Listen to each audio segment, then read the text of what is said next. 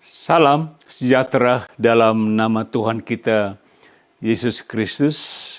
Selamat bertemu kembali. Ya, kami dari Great Commission Gospel Ministry. Kami berada di Los Angeles, California. Ya, nama saya yaitu Pastor Cornelius Ritiau. Saudaraku, kita akan sekali lagi belajar firman Tuhan hari ini dan yang saya ambil dari Alkitab. Tapi sebelumnya mari kita bersama-sama berdoa. Bapa di surga, terima kasih atas hari ini. Kami sekali lagi akan mendengarkan firman-Mu yang hidup itu. Ya Tuhan, penuhi hamba-Mu dengan Roh Kudus-Mu, supaya setiap kata-kata yang keluar dari mulut hamba, itu keluar dari mulut-Mu sendiri ya Tuhan. Sucikan hati hamba dengan darah-Mu yang kudus, supaya hamba layak menyampaikan firman-Mu. Di dalam nama Tuhan Yesus Kristus, hamba telah berdoa. Semua kita katakan, Amin. Amin, saudaraku. Dan saya ada 3 notes sebelum kita masuk pada judul. Yang pertama, apakah benar nanti orang-orang Kristen yang sudah lahir baru, yaitu lahir dari Roh Kudus, akan dihakimi dan dihukum oleh Tuhan Allah di akhir zaman? Dan banyak orang pertanyaan seperti ini. Dan apakah penghakiman ini bisa mengakibatkan orang Kristen akan dilemparkan ke dalam lautan api dan belerang kalau mereka kedapatan bersalah atau berdosa? Selanjutnya notnya mengatakan seperti ini. Pertanyaan ini harus dijawab berdasarkan apa kata Alkitab, bukan berdasarkan apa pendapat atau pengertian akal manusia. Karena firman Tuhan berkata bahwa Allah adalah benar dan manusia adalah apa? Pembohong. Itu saudara bisa lihat di Roma 3 ayat 4. Ya, selanjutnya notnya seperti ini saya taruh. Oleh sebab itu, kita harus sungguh-sungguh mengerti dengan hikmat Allah. Jadi saudara pakai hikmat Allah, apa sebenarnya isi Alkitab atau apa kata Alkitab. Bahasa Inggris, what does the Bible says? Tentang hal penghakiman ini supaya kita tidak disesatkan oleh pengajaran-pengajaran palsu. Oke? Dengan itu kita akan masuk pada judul. Judulnya yaitu apakah Kristen dihakimi Tuhan? Apakah Kristen atau orang-orang Kristen akan dihakimi Tuhan? Is Christian be judged by God? Is Christian be judged by God? Subjudul saya taruh seperti ini, bahasa Indonesia, untuk apa penghakiman pada hari kiamat nanti? Untuk apa penghakiman ini? Dengan itu, kita akan masuk kepada poin nomor 1 yang berkata, Yesus datang bukan, katakan bukan untuk menghakimi. Yesus datang bukan untuk menghakimi. Jesus came not to judge. Jesus came not to judge. Kita baca dengan cepat. Yohanes 3 ayat 16 dan 17 mengatakan, karena begitu besar kasih Allah akan dunia ini, sehingga ia telah mengaruniakan atau memberi anaknya yang tunggal, yaitu Yesus, supaya setiap orang yang percaya kepadanya tidak binasa, melainkan beroleh hidup yang kekal. Amin. Ayat 17 mengatakan seperti ini, sebab Allah mengutus anaknya, yaitu Yesus, ke dalam dunia bukan, katakan bukan untuk menghakimi dunia, khususnya orang Kristen, melainkan untuk menyelamatkannya oleh Yesus. Kita baca Yohanes 12:47 mengatakan seperti ini dengan cepat. Dan jikalau seorang mendengar perkataanku, kata Yesus, tetapi tidak melakukannya, aku, Yesus, tidak menjadi hakimnya. Sebab aku datang bukan untuk menghakimi dunia atau manusia, melainkan untuk menyelamatkannya. Jadi Tuhan Yesus jelas, Tuhan mengatakan Tuhan Yesus datang bukan untuk menghakimi dunia atau kita manusia, tapi untuk supaya dunia ini diselamatkan oleh Dia. Amin. Kita baca Roma 8 ayat 1 dan 2 mengatakan seperti ini. Demikianlah sekarang, artinya bukan besok atau kapan-kapan, sekarang, sekarang tidak ada apa? Penghukuman bagi mereka yang ada di dalam Kristus Yesus. Yaitu di dalam Kristus Yesus artinya sudah bertobat dan menerima Yesus dan lahir baru. Itu di dalam Kristus Yesus. Jadi tidak ada penghukuman untuk kita yang percaya. Coba ayat 2-nya mengatakan, Roh, yaitu Roh Kudus, yang memberi hidup telah memerdekakan. Katakan, telah memerdekakan kamu dalam Kristus dari hukum dosa dan hukum maut, yaitu kematian kekal. Jadi bukan akan memerdekakan kamu, dikatakan telah memerdekakan kamu dalam Kristus dari hukum dosa dan maut, yaitu kematian kekal. Amin. Saudara senang dengar ayat ini? Amin. Ya, jadi make sure saudara menerima Tuhan Yesus. Dan note seperti ini, saya taruh note yang berkata, jadi Alkitab berkata bahwa Yesus datang ke dunia ini bukan untuk menghakimi dunia, yaitu manusia berdosa, tetapi dia datang untuk apa? Menyelamatkan dan memerdekakan setiap orang yang mau datang kepadanya. Dan apa? Bertobat. Menerima dia, Yesus, sebagai Tuhan dan Juru Selamatnya. Saudara mau bertobat karena firman Tuhan mengatakan ini, Lukas 5 ayat 32, kita baca selanjutnya, dikatakan Tuhan Yesus berkata, Aku datang bukan untuk memanggil orang benar, tetapi orang berdosa supaya mereka bertobat. Apakah kita sudah bertobat dari segala dosa-dosa kita?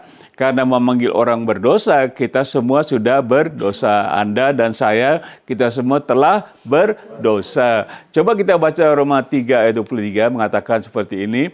Karena semua orang, katakan semua orang tidak terkecuali kita semua telah berbuat dosa dan telah kehilangan kemuliaan Allah. Artinya kita sudah berbuat dosa dan terpisah dari Allah. Nah, kita termasuk semua orang itu, ya tidak? Dan kita harus bertobat. Apakah kita sudah bertobat? Nah, itu pertanyaan. Dan kita sudah mengetahui bahwa kita semua sudah berdosa. Jadi perlu bertobat, saudaraku, untuk menerima Tuhan Yesus sebagai Tuhan dan Juru Selamat kita. Amin. Coba kita jangan cepat ke poin nomor 2. Poin nomor 2 yaitu menghakimi Israel dan malaikat-malaikat.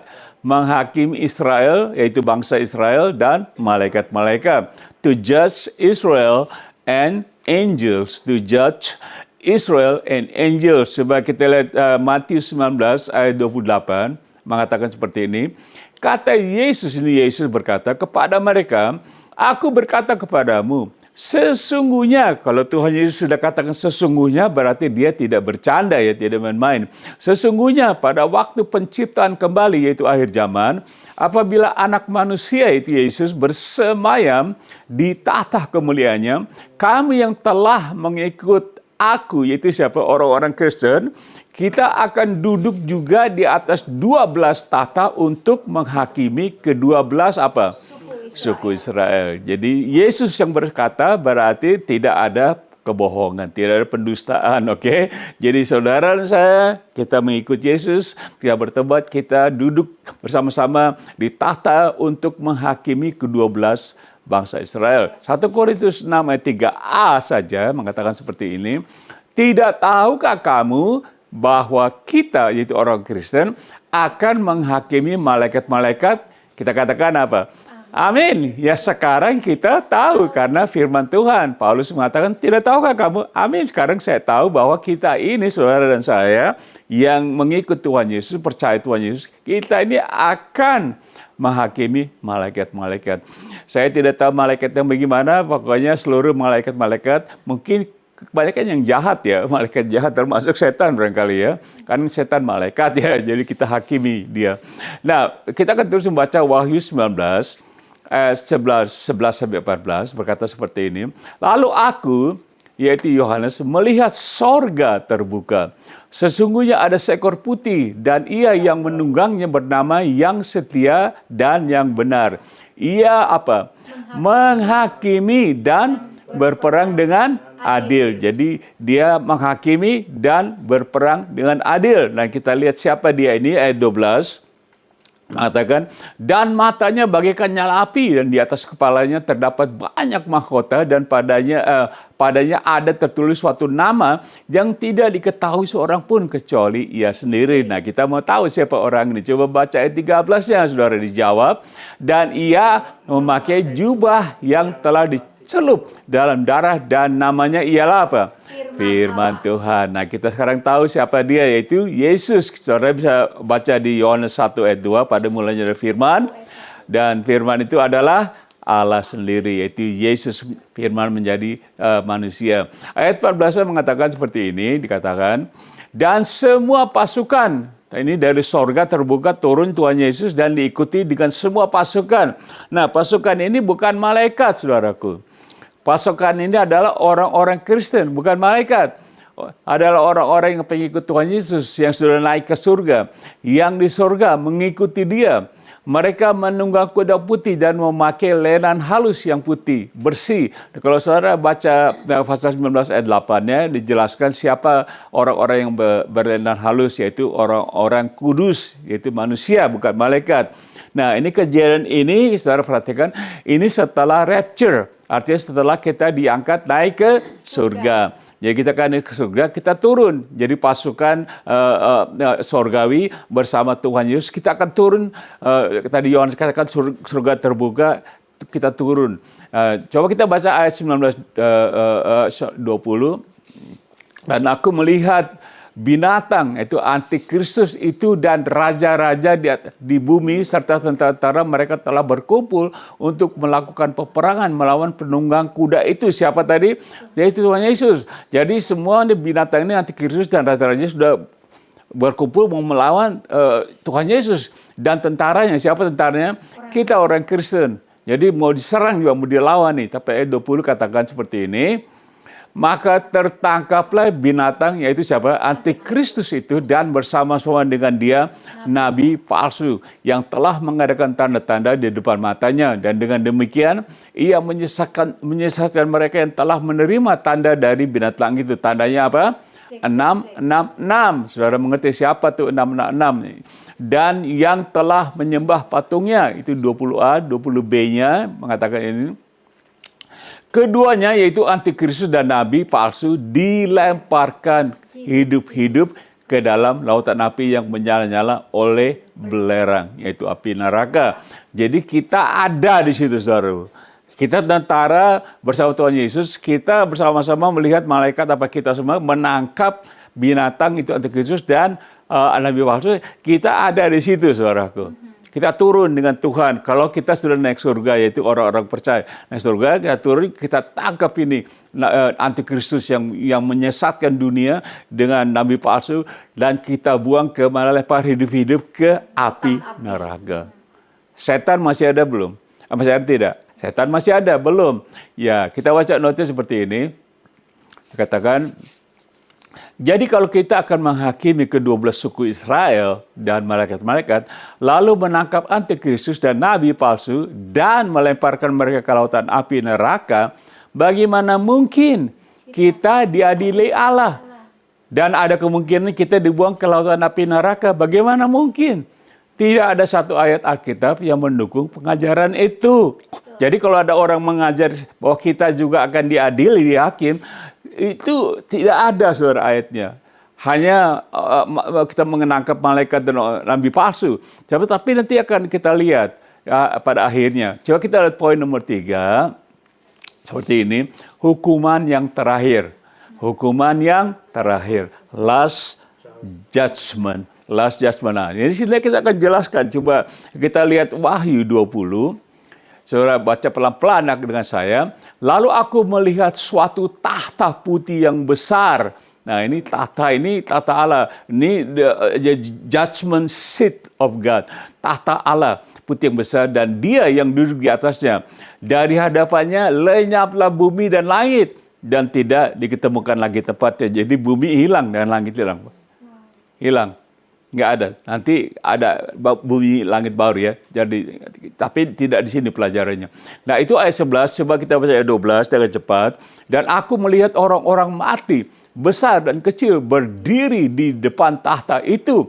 Lalu dibuka semua kitab. dan dibuka juga sebuah kitab lain. Jadi ada banyak kitab, semua kitab-kitab, dan dibuka satu juga kitab satu lagi beda. Jadi kitab banyak, di sini ada satu kitab, yaitu kitab kehidupan. Dikatakan kitab kehidupan. Dan orang-orang mati dihakimi menurut apa? Perbuatan mereka. Berdasarkan apa yang ada tertulis di dalam kitab-kitab itu. Jadi ada kitab-kitab itu, ada satu kitab kehidupan. Tapi diadilinya dengan kitab-kitab ini. Saudara, perbuatan kita semua tertulis apa yang kita lakukan. Coba kita lihat ayat selanjutnya mengatakan seperti ini. Maka laut menyerahkan orang-orang mati yang ada di dalamnya, dan maut dan kerajaan maut menyerahkan orang-orang mati yang ada di dalamnya. Dan mereka apa? Dihakimi masing-masing menurut perbuatannya. Saudara, perhatikan di ayat ini, saya pelajari, tidak disebut surga. Betul?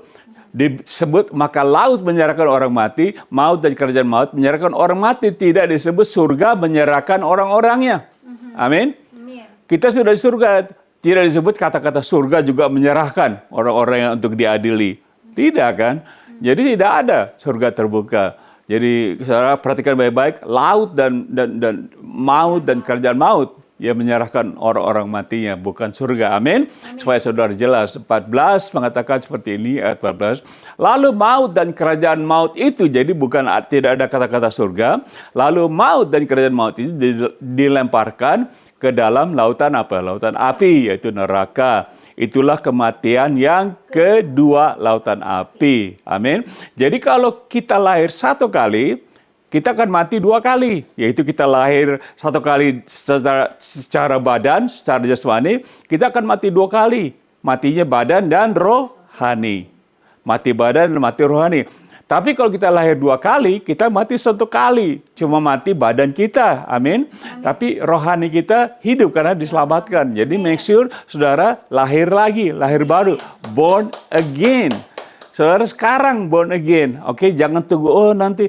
Now, sementara saudara mendengar suara saya, mendengar firman ini, saudara menerima Tuhan Yesus sebagai juru selamat. Lahir sekarang, lahir baru. Maka Anda akan mati hanya satu kali. Amin. Jangan sampai kita tidak menerima Tuhan Yesus, kita mati dua kali. Rugi nggak? Rugi, benar. Coba baca ayat 15-nya, mengatakan seperti ini.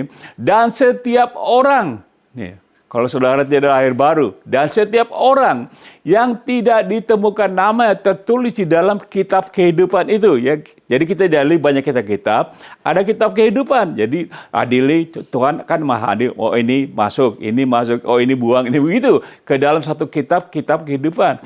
Kalau tidak, tidak ada nama kita terdapat di kitab kehidupan itu, ia dilemparkan ke dalam lautan api itu, yaitu apa? Api neraka. Jadi make sure saudara namanya ada di kitab hidup itu. Terima Tuhan. Amin. Tepuk tangan buat Tuhan Yesus, dia baik. Maaf. Kita akan masuk poin keempat, poin terakhir, yaitu katakan guru-guru palsu. Guru-guru palsu. False teachers. False teachers. Kita baca 2 Petrus pasal 1 ayat 1 dan 2, pasal 2 maksud saya ayat 1 dan 2. Ayat 1a, saya sebagaimana nabi-nabi palsu dahulu tampil di tengah-tengah umat Allah, demikian pula di antara kamu, di antara siapa? Di antara kamu, di antara kita ini akan ada guru-guru palsu. Oke? Di antara kita ini akan ada guru-guru palsu. Nah, ini dituliskan 2000 tahun yang lalu.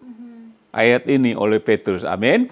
Coba kita baca 1B-nya mengatakan, mereka akan memasukkan pengajaran sesat yang membinasakan. Makanya saya ajarkan ini supaya saudara mengerti tentang apa itu yang akan terjadi. Apakah kita ini orang Kristen akan dihakimi? Apakah kita juga akan dibuang ke neraka nanti barangkali? Kalau saya sudah dialih. Jadi saya ajarkan ini supaya Anda mengerti. Amin. Jadi supaya Perhatikan dan ditangkap. Dan dikatakan bahkan mereka akan menyangkal penguasa yang telah menebus mereka. Yaitu orang-orang ini, mereka sebenarnya ada kesempatan untuk menerima Tuhan Yesus. Tapi mereka menyangkal Tuhan Yesus. Betul? Dan dengan jalan demikian segera mendatangkan apa? Kebinasaan atas diri mereka. Guru-guru palsu. Oke, coba kita baca ayat 2-nya mengatakan, banyak orang, banyak sini banyak. Nah, orang Jawa tuh banyak.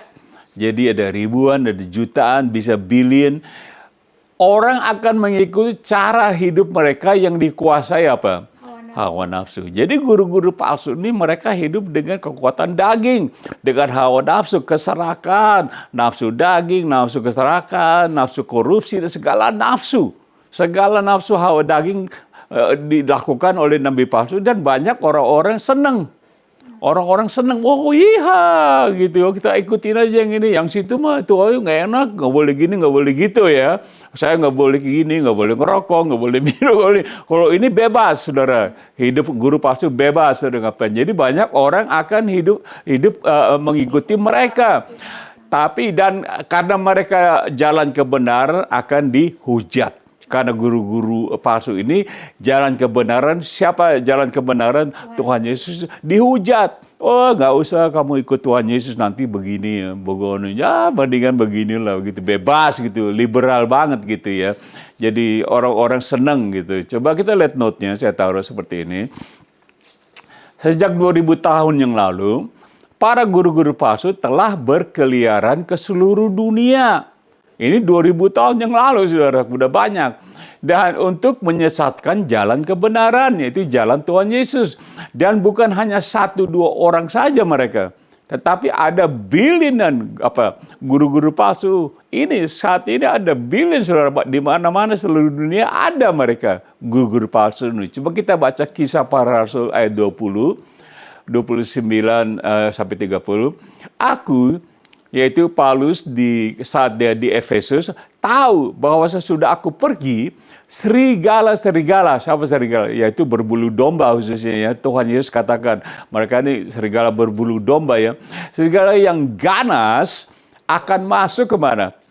Ke tengah-tengah kamu, yaitu jemaat, dan tidak akan menyayangkan atau mengasihi kawanan itu. Mereka masuk ke tengah-tengah kita untuk, firman Tuhan mengatakan, mereka ini untuk menelan kita nih hidup-hidup gitu. Mereka masuk untuk membinasakan kita, betul. Coba kita baca ayat 30, mengatakan, bahkan dari antara kamu sendiri akan muncul beberapa orang yang dengan ajaran apa?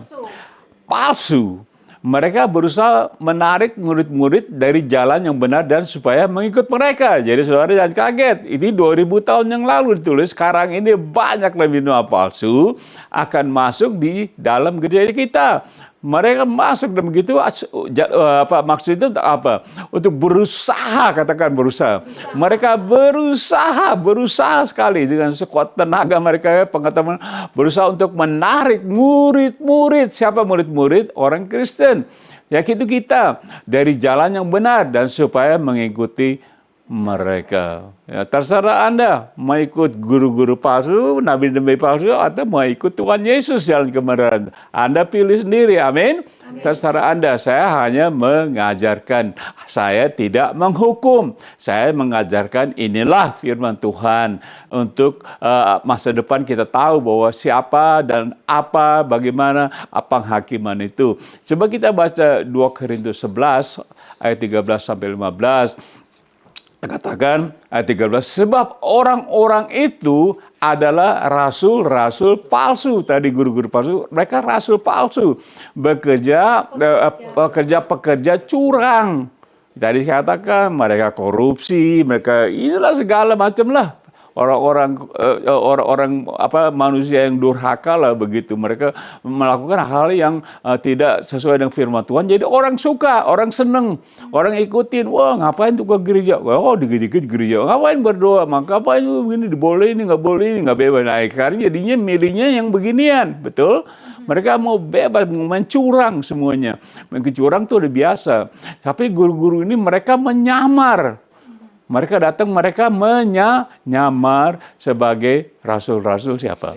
Kristus. Nah, saya bertanya, kenapa Kristus yang dinyamar? Kenapa mereka nggak nyamar Buddha?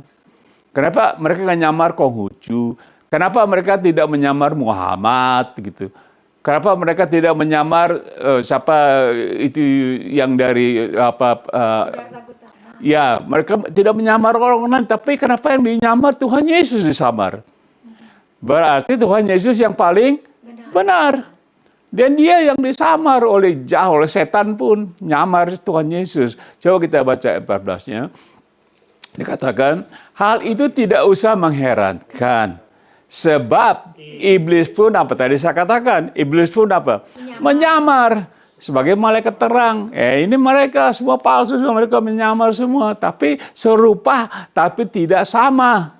Jadi mereka masuk di antara kita, mereka nimbrung ya, bahasa Jakarta sedangkan kita serupa, tidak beda, cuma dari pengajarannya kita tahu. Dari cara mereka mengajar dan cara hidup mereka kita bisa tahu ini palsu karena kita sudah tahu siapa yang benar. Amin. Jadi mari kita tepuk tangan, kita punya Tuhan Yesus jalan yang benar. Saudara, kita maksud tahu yang benar supaya yang palsu-palsu ini yang menyamar kita bisa tahu. Mereka berbulu domba, saudaraku. Mereka seperti kita, tapi lain. Dari Tuhan Yesus katakan, dari buahnya kita bisa lihat. Amin.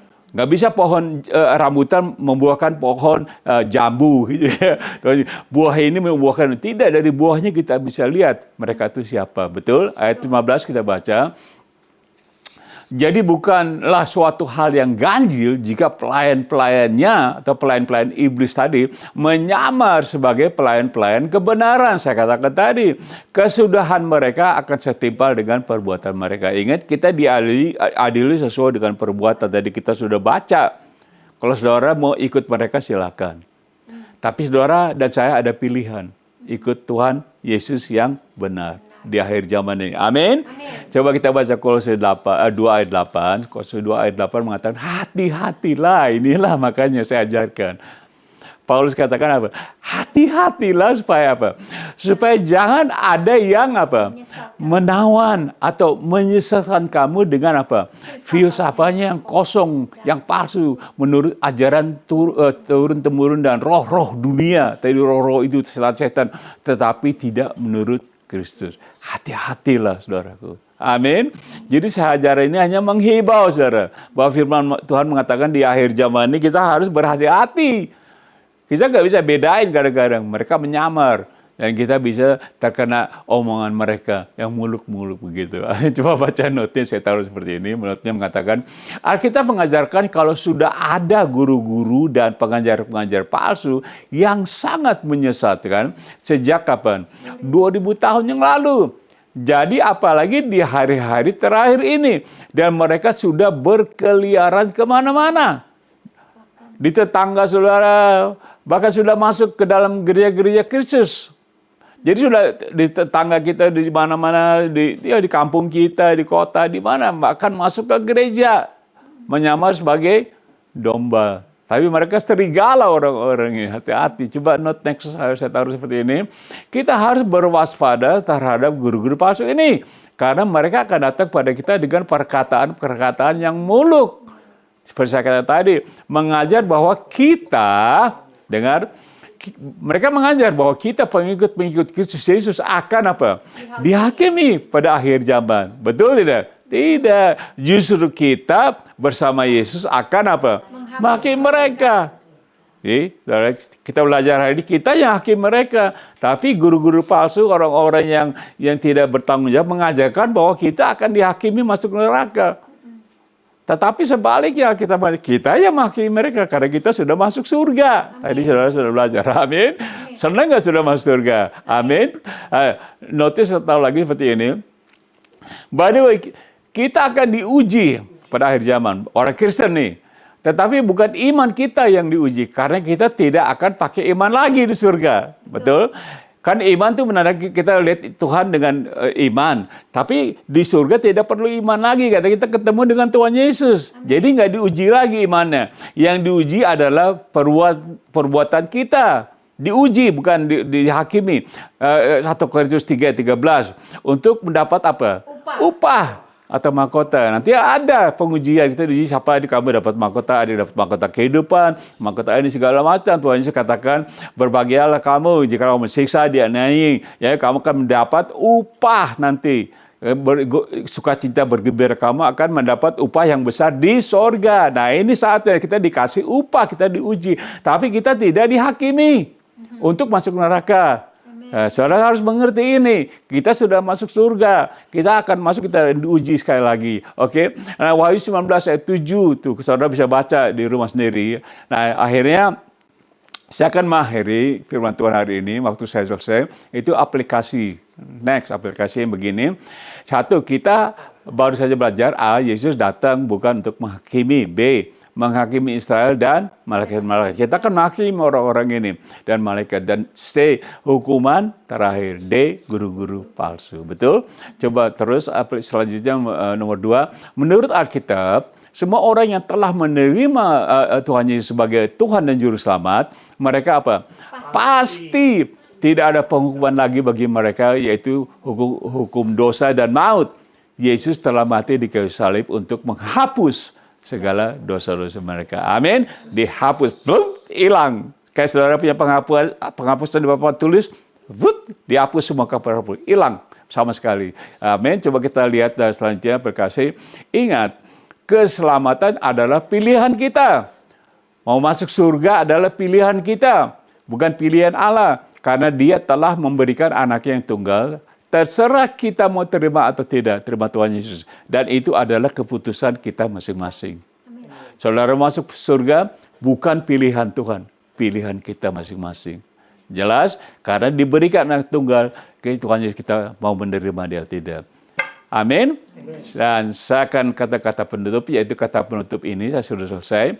Tidak ada, baca sama-sama, tidak ada penghukuman lagi bagi mereka yang ada di dalam Kristus Yesus. Amin. Tepuk tangan buat Tuhan Yesus. Kita sudah demikian luar biasa. Saudara, seperti saya katakan tadi, kalau saudara belum terima Tuhan Yesus, belum lahir baru, saudara akan masuk ke dalam penghakiman ini. Tapi kalau saudara sudah terima Tuhan Yesus, tidak ada penghukuman lagi. Alkitab mengatakan, bukan saya. Saya mengajar Alkitab mengatakan tidak ada penghukuman lagi. Kita bebas. Karena kita sudah dibersihkan dosa dengan darah Tuhan Yesus. Saya akan berdoa. Kalau Anda belum terima Tuhan Yesus, bagaimana Pak Ritio saya bisa terima Tuhan Yesus? Gampang. Saudara ikuti doa saya. Saudara berdoa, saya tahu saudara dengan jujur. Saya doakan ini 51 tahun yang lalu. Saudara dengan jujur berdoa. Doanya seperti ini. Mari kita berdoa. Tuhan Yesus, aku percaya kepadamu. Aku membuka hatiku. Menerima Engkau sebagai Tuhan dan Juru Selamatku. Ampunilah aku dari segala dosa-dosaku. Sucikan aku dengan darah-Mu yang kudus. Bentuklah hidupku menjadi sesuai dengan kehendak-Mu. Di dalam nama-Mu aku berdoa. Haleluya. Amin. Kalau saudara dengan juru berdoa, saudara diselamatkan. Saya akan tutup. Mari kita berdoa, doa berkat. Angkat tangan saudara masing-masing, kita berdoa seperti ini.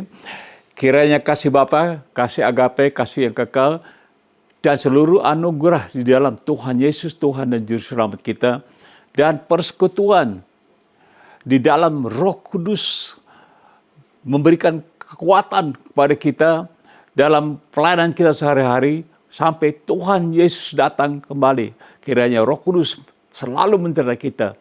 Dalam nama Tuhan Yesus kami berdoa. Semua katakan amin. Terima kasih saudaraku atas hari ini. Kiranya next time kita akan berjumpa lagi. Terima kasih. God bless you. Sampai nanti kita berjumpa lagi. Haleluya.